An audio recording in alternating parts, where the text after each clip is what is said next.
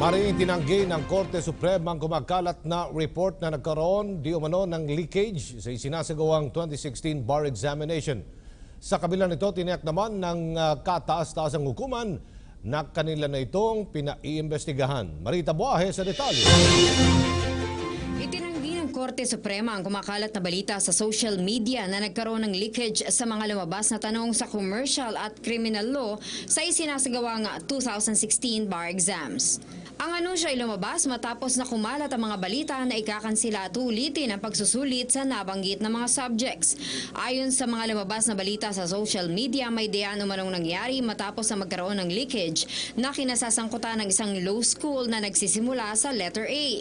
Ayon kay Attorney Theodore Te, tagapagsalita ng Korte Suprema, nagsagawa ng investigasyon patungkol dito ang Office of the Bar Chairperson ng 2016 bar exams sa si Associate Justice Presbitero Velasco Jr. Base sa isinagawang investigasyon, dumating sila sa konklusyon na nanatiling confidential ang mga tanong sa bar exam hanggang bago ito gawin.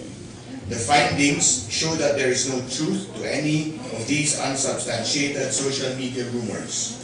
Similarly, false are reports that the Supreme Court en banc with the deans of the different law schools is considering the cancellation of this year's bar examinations or the re-administration of the affected subjects.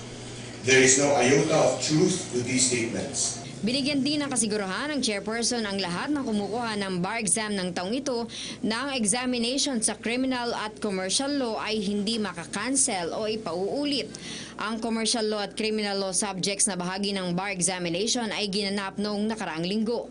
Sa darating namang linggo, November 27, ay gaganapin ang huling linggo ng pagsusulit.